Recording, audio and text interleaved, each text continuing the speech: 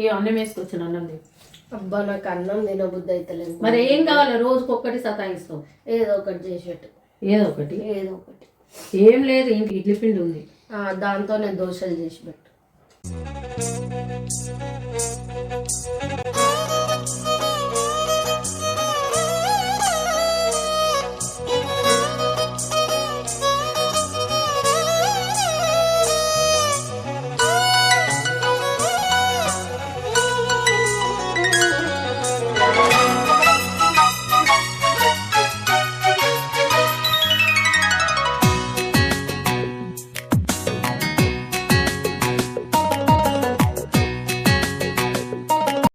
లిఖిత, ఏ వాటి ఊతప్పం చేసిన తీసుకో.